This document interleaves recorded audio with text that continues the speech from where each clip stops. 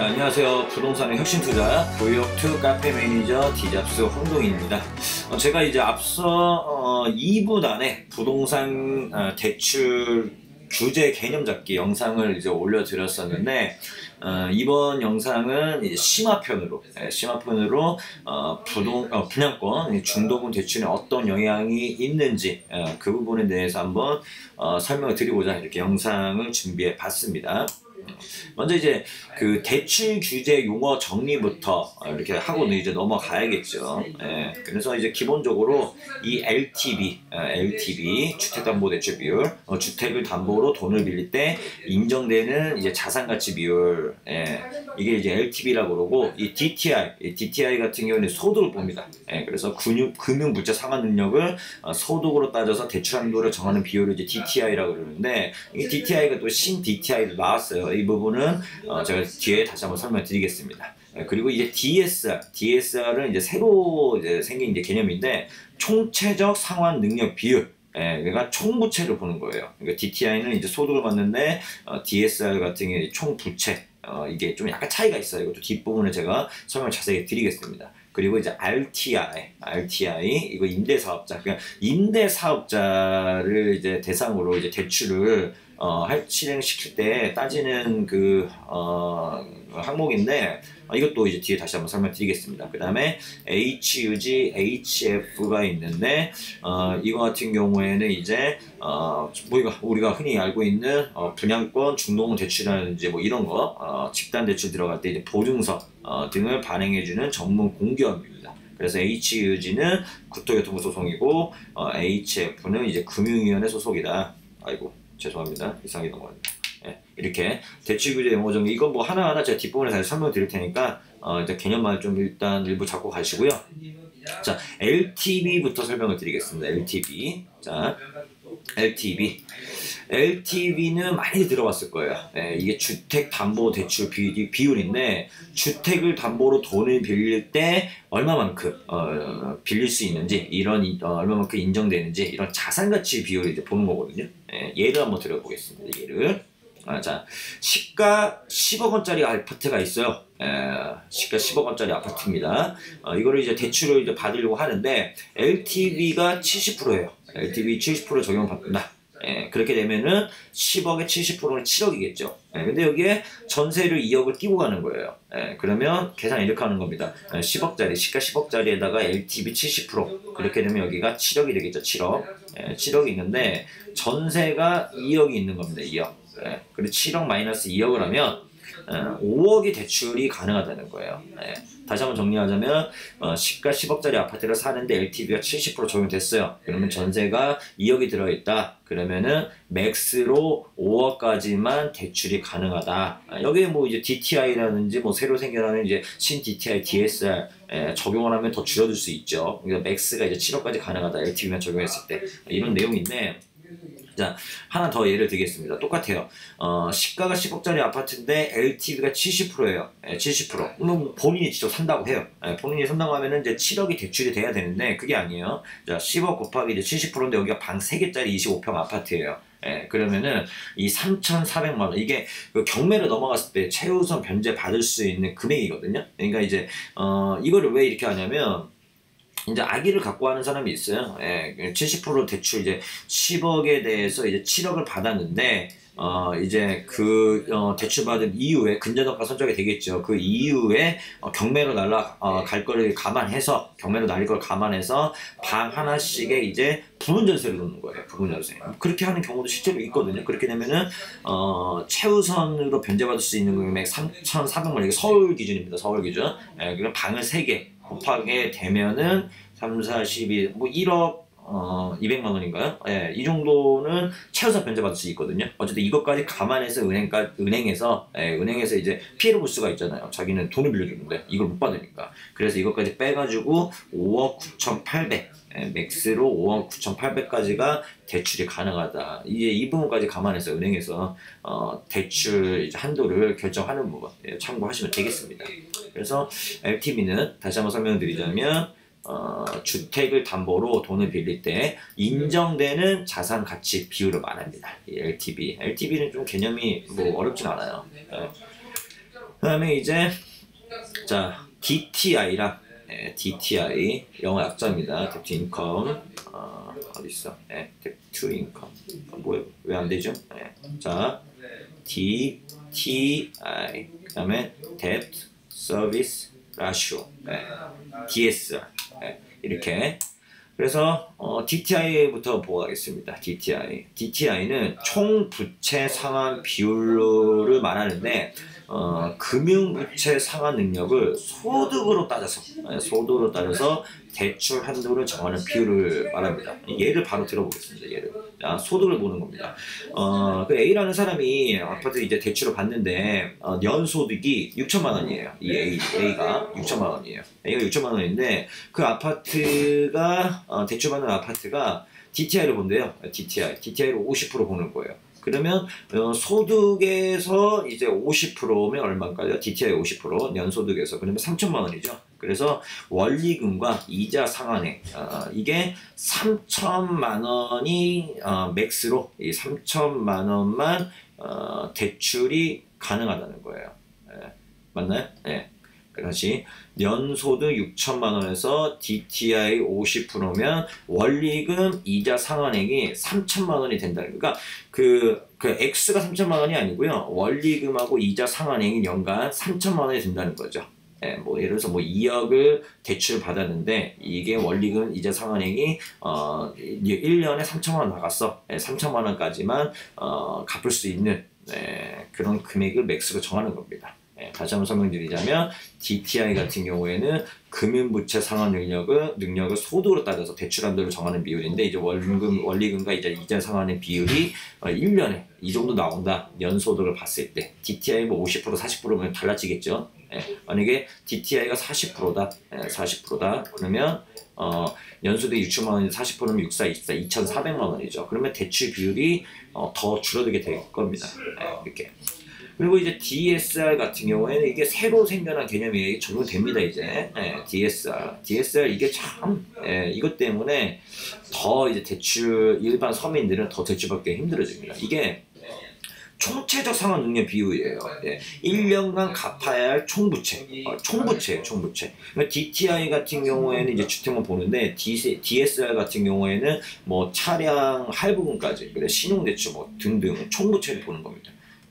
제가 이제 이거를 뒤에 다시 쉽게 설명드릴게요. 쉽게. 자, 우선 그림을 설명드리자면 이게 이번에 이제 A라는 사람이 구매를 하려면 새 아파트입니다. 그리고 낡은 아파트를 가지고 있어요.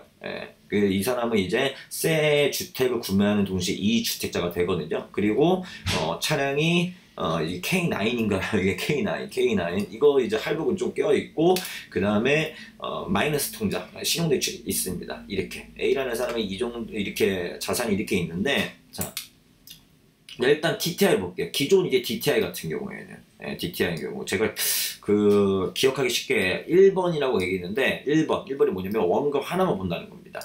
뭐 어떤 아파트, 어떤 주택, 새 주택. 그래서 기존의 DTI 같은 경우에는 이제 새로 대출 받으려는 이게 새 주택에 이제 원금과 이자 보고요. 그 다음에 기존 주택의 낡은 주택의 이자랑 나머지 이제 이런 거 차량 할부 뭐 신용대출 이런 거 이자만 받습니다. 기존의 이제 DTI는 이게 9 DTI. 그래서 한 번만 받다 이거예요. 새 주택을 대출받는 거. 근데 새로 생기는 거. 이 신 DTI는 두 번을 본다는 거예요. 뭐냐 신 DTI 같은 경우에는 새 주택의 원금과 플러스 여기에 플러스 기존 주택의 원금까지 보는 거예요. 기존 주택의 원금까지 봅니다. 그래서 더 이제 대출 비율이 줄어들겠죠. 기존 주택의 원금과 이자를 1년에 얼마큼 내야 되는지까지 소득을 봐서 따지니까 대출 비율이 줄어드는데 이게 이제 DSR이 더 심해집니다. DSR은 기억하기 쉽게 제가 3번을 넣었어요. 3번. 왜 뭐냐? 이것까지 보는 거예요. 이것까지. 차량, 할부, 그 다음에 신용대출 등등이 이제 기존에 이자만 받잖아요. 근데 원리금 상환, 원금까지 본다는 거예요. 자, 이해되셨나요? 다시 한번 설명드리자면, 자, DTI 같은 경우에는 다 줄여볼까요? DTI. 기존 DTI 같은 경우에는 이렇게 새 주택의 원금만 받는데 이번에 새로 생긴 신 DTI 같은 경우는 기존 주택의 원금까지 보고 DSR 같은 경우에는 주택 외 주택에 따른 다 부채까지 본다는 거. 이게 큰 차이가 있는 거죠. 그래서 이렇게 되면 사실 대출 없는 분이 저도 이제 차량 할부 대출이 있고 다 있거든요. 그래서 실제로 주택을 구매를 하려고 하는데 기존에 이제 그 기타 부채까지 다 보고 이렇게 대출이 되니까 서민들은 주택 구입을 대출을 좀 안고 하는 그런 대출을 안고 하는 주택 구입하는 게 많이 지금 까다로워졌습니다. 이 DSR 적용돼서 이게 문제가 좀 있어요. 이게 그래서 현금이 있는 서민들을 위한 정책이 대출 규제가 아니고 오히려 현금이 있는 소위 돈 있는 사람들한테 유리한 대출 규제, 이게 바뀐 규제가 아니냐 뭐 이렇게 말이 많죠. 현금 부자만 좋다, 좋은 정책이다 뭐 이렇게 많이 많습니다. 그래서 여하튼 뭐 이런 개념. 이런 개념 보시고요.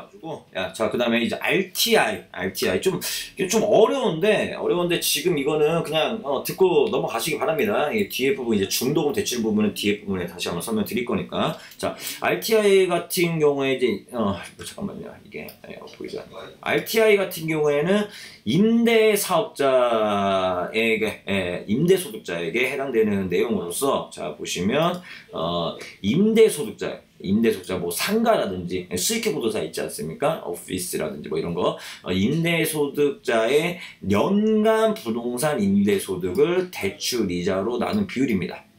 그래서 이 비율이 1.5 이상 5자가 너무 길어져. 1.5 이상이 돼야지만 대출이 가능하다. 뭐 이거 또 은행 것마다 달라요. 그래서 이게 딱 어떤 개인이라든지 물건에 딱 특정한 물건이라든지 뭐 개인이 딱 정해서 말씀드릴 수는 없지만 일단은 이제 전체적인 틀은 이렇다 이해를 하고 구체적인 거는 이제 은행권에는 상담을 하셔야 됩니다. 어쨌든 RTI 같은 이런 비율인데 1.5가 넘어가면 대출이 1.5가 넘어가야지만 대출이 가능하다. 그겁니다. 그건데 자 예를 들어보겠습니다.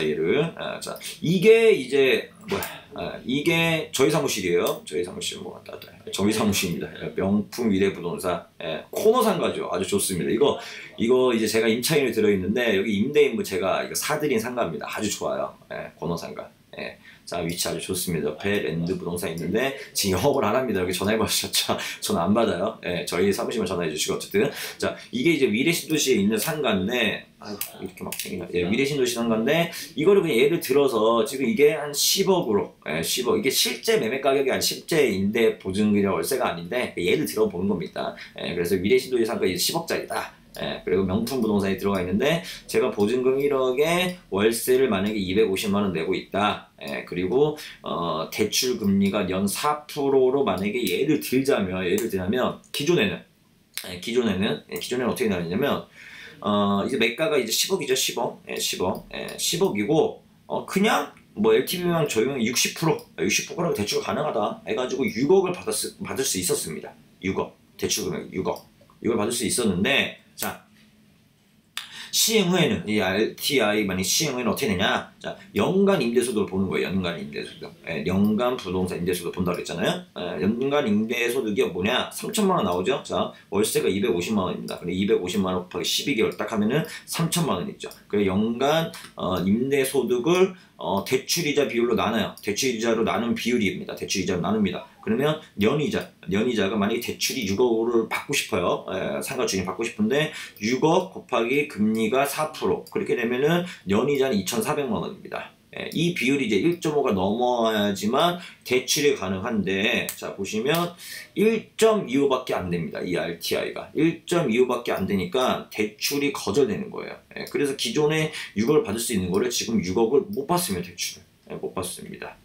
얼마큼 받을 수 있는지 역으로 계산하면 되겠죠. 그건 산수니까. 어쨌든 이 RTI가 적용되면 이 대출 비율이 또 줄어든다. 그래서 수익형 부동산을 구매할 때도 이런 걸 잘 따져야 돼요. 이게 상가를 이제 구매를 했는데 나중에 뭐 1억에 월세 뭐 400만 원 받을 줄 알고 분양을 받았는데 월세가 이제 250만 원밖에 안 받아요. 그러면 이제 자기는 이제 뭐 대출이 6억 나올 줄 알고 분양을 받았는데 이게 안 나오면 꼬이죠. 꼬이게 됩니다. 잔금 나중에 못 치르고 금매로 팔아달라 그러고 꼬입니다. 그래서 하여튼 이 부분 이것도 새로 생겨서 하여튼 여러모로 지금 이번 정부 들어와서는 대출 규제가 상당히 심해졌습니다. 자, 그래서 이제 앞서 이제 개념 용어 개념들 좀 잡았으면 이제 다들 이제 궁금해하시는 게 제가 이런 질문 너무 많이 받거든요. 그래서 제가 이런 교육자를 만들어 본 겁니다. 분양권, 분양 아파트 분양권 중도금 대출 요건은 이제 어떻게 되냐 이걸 보여야 되는데 이 중도금 대출해주는 이제 기관이 앞서 설명드렸죠. 이제 HUG 주택 도시보증공사나 HF 한국주택금융공사. 그래서 이제 약간 성격이 다른데 일단 HUG에서는 이제 중도금 대출 이제 대상이 분양 가격이 9억 이하여야 됩니다. 9억이 초과되면 지금 대출이 다 안 돼요. 아시죠? 9억 이하여야 되고 이제 오피스텔까지 상가 이런 거 말고 오피스텔까지 그 HF 같은 경우에는 주택만입니다. 오피스텔 아니고요. 분양 가격 9억 이하. 그래서 HUG 이제 여기가 많아 이 기관에서 중도금 대출 연계는 이거 보증기관이 이쪽이 많은데 이제 어떻게 바뀌었냐면 일단은 이제 그 예전에는 이 2017년 파리 대책 이전에는 1인 2건이었어요. 1인 2건. 1세대 2건이 아니고 1인 2건까지 이렇게 됐는데 지금은 1세대 보증 건수가 통합 2건입니다. 한 세대. 그러니까 뭐 부부가 있다, 자식들이 있다, 한 세대 다 보는 거죠. 그래 통합 2건이다. HF 같은 경우에 통합 2건인데 이 조정 대상 지역 같은 경우에 한 건입니다. 조정 대상 지역. 여기 조정 대상 지역 한 건 동일하죠. 한 건만. 그래서 중도금 대출은 조정 대상 지역에서는 한 건만 가능하다. 비조정 대상 지역은 이제 2건까지도 된다. 이렇게 이제 보시면 되고. 그리고 이제 한 세대 보증한도는 이제 수도권 5억입니다.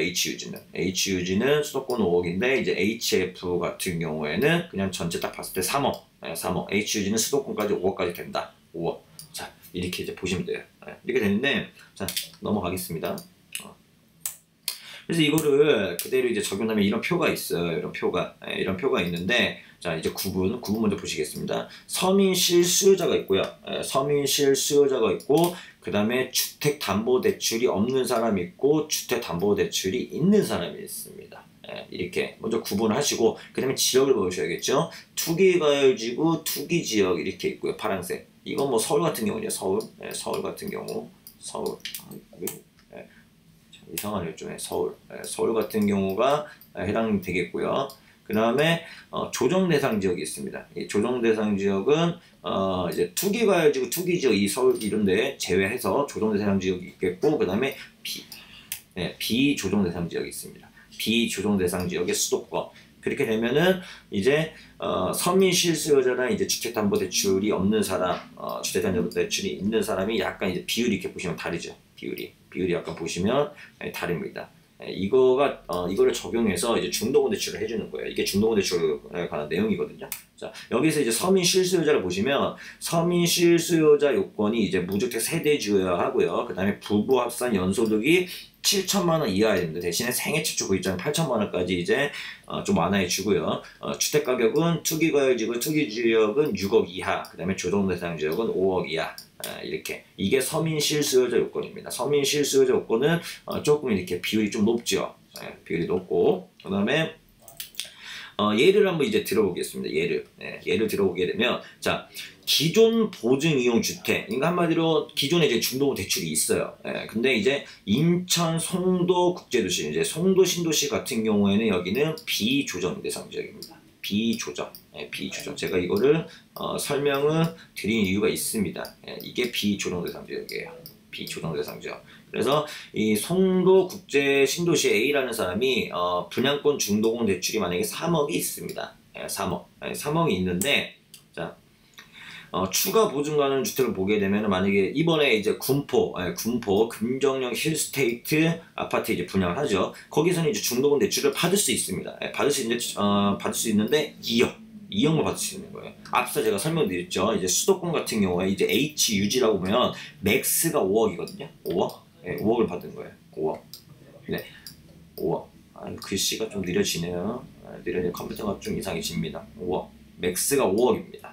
다시 한번 설명드리자면은 비조정 대상 지역 같은 경우에는 중도금 대출이 한 세대나 이제 두 건이 가능해요. 두 건. 1인 두 건이 아니고 한 세대. 근데 여기 비조정 대상 지역이죠. 여기 군포도 이것도 비조정 대상 지역입니다. 비조정 대상 지역. 그렇기 때문에 대출이 가능하거든요. 대출이 가능한데 다 나오는 건 아니고 여기 3억 받았으니까 맥스가 아까 5억이라고 했잖아. 2억만 가능하다는 거예요. 2억. 근데 하남 미사구 8억은 많이 당첨이 됐어요. 당첨이 됐으면 여기 중도금 대출이 안 나옵니다. 중도금 대출 안 나옵니다. 기존에 분양권 대출이 있으니까 여기를 뭐 이거를 팔든지 뭐 상환을 하든지 그래야지 나올 수가 있겠죠. 그래서 이 부분.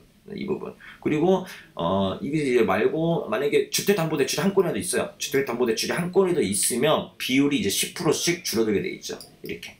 이런 부분. 이거는 주택담보대출은 이제 등기란 아파트고, 제가 여기 이렇게 설명드리는 거는, 여기 이제 하단에 이제 설명드리는 거는, 중도금 대출. 이렇게 차이가 약간 있습니다. 그래서, 이렇게 기존에 중도금 대출이 있으면, 이 미사파라곤 같은 경우는 안 나올 수도 있다. 이게 뭐, 제가 딱 못 박아서 안 나온다. 이게 아니에요. 그러니까 이게, 중도금 대출 때문에 모델하우스에도 전화해서 사람들이 상담을 많이 하고, 그 다음에 이제 부동산 저한테도 전화해서 상담 요청을 하는데, 뭐 이건 어떻게 똑부러지게 말씀드릴 수 없어요. 근데 전체적인 법에 이게 대출 규제에 대한 법에 이게 이렇게 되어 있습니다. 지금 이런 식으로 되어 있어요. 근데 이게 좀 다 달라요. 또 예를 들어서 뭐 시공사에서 연대 보증을 했으면은 이게 이렇게 또 대출 제한 이런 게 건수 이게 해당 안 되는 경우도 있거든요. 그러니까 얼마 전에 개포 DH자이 했을 때도 이게 9억이 넘는데, 아파트 매가가 9억이 넘는데 이제 시공사 연대 보증으로 대출이 가능할 수도 있다. 얘네들이 이렇게 모델하우스에서 홍보하고 했었거든요. 근데 결국엔 중도 대출이 안 됐었는데, 하여튼 이런 부분. 그리고 개인의 이제 소득이라든지 뭐 신용에 따라서 대출이 안 나오는 경우도 있고, 그러니까 이제 뭐라고 똑부러지 말씀을 못 드려요, 이거는. 그래서 답은 없습니다. 답은 없는데 이렇게 큰 틀, 규제에서 정해놓은 여기 범위 내에서 일단은 대출이 이제 가능 여부를 이제 본인이 잘 판단을 하시고, 정확한 부분은 중도금 대출 연계한 아파트 당첨돼가지고 그 아파트에서 연계하는 은행에서 자세히 상담을 받아야 됩니다. 이거 누구도 말을 못해요. 은행마다 또 이제 방식이 또 다르기 때문에. 자, 그래서 오늘 여기까지 제가 설명을 드렸습니다. 그래서 그러니까 아파트를 당첨을 받아도 아니면 청약하기 전에도 이 작은 계획을 세워야 되잖아요. 분양권 전매도 안 되기 때문에. 그래서 이런 중도금 대출이 어떤 식으로 실행되느냐, 이제 비율이 어떻게 나오냐, 이런 부분을 좀 알고 계셔야지만 자금 계획을 청약 계획을 좀 잘 세울 수가 있겠죠. 근데 저는 그냥 이런 거 신경 안 쓰고, 당첨되기 어려우니까, 인기 아파트는 당첨되기 어려우니까 이건 당첨되고 생각하시면 될 것 같기도 해요. 뭐 어떻게든 다 풀어가더라고요. 어떻게든 좋은 아파트 당첨되면 어떻게 뭐 대출이 안 나서 고생하는 거 제가 이제까지 뭐 10년 이상 부동산 하면서 본 적은 없습니다. 본 적 없는데, 어쨌든 좀 이런 꼼꼼히 체크하시는 분들은 이거 제 거 영상 한번 보시고 한번 작은 계획 잘 세워보시고 청약 전략 수립하시기 바랍니다. 그러면은 다음번에 더 좋은 내용으로 알찬 정보 알려드리겠습니다. 감사합니다.